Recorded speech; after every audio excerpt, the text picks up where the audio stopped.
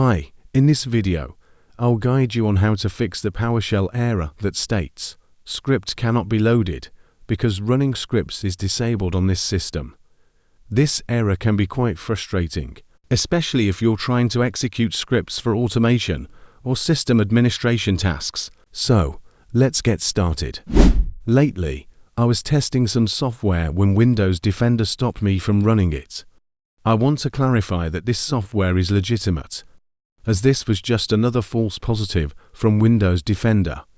I decided it was time to turn off Windows Defender to be able to run the software. For situations like this, I prefer using a simple PowerShell script to temporarily disable Windows Defender. This method allows me to quickly turn off the antivirus protection without having to navigate through multiple settings. I was not able to run the script because of the running scripts is disabled on this device error. Let me show you how to enable the script execution. To check your current execution policy, you can open PowerShell and type the command get execution policy. After running this command, you may see one of several possible policies, such as restricted. If it's set to restricted, that's why your scripts aren't running. Next, we'll change the execution policy to allow script execution.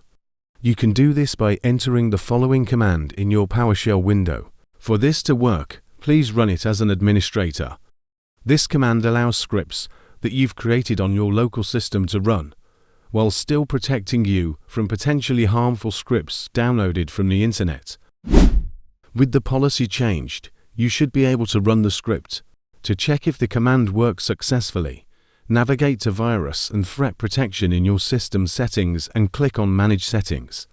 If you see that real-time protection is turned off, it won't. And don't worry, the setting will be turned back on automatically.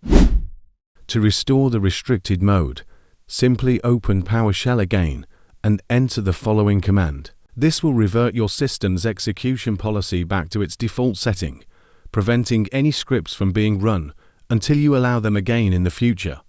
Remember, it's a good practice to switch back to restricted mode after completing your tasks, especially if you're concerned about security. That's it for today's video. We covered how to fix the PowerShell error regarding script execution and how to manage the execution policy settings effectively. Thank you for watching, and see you in the next video.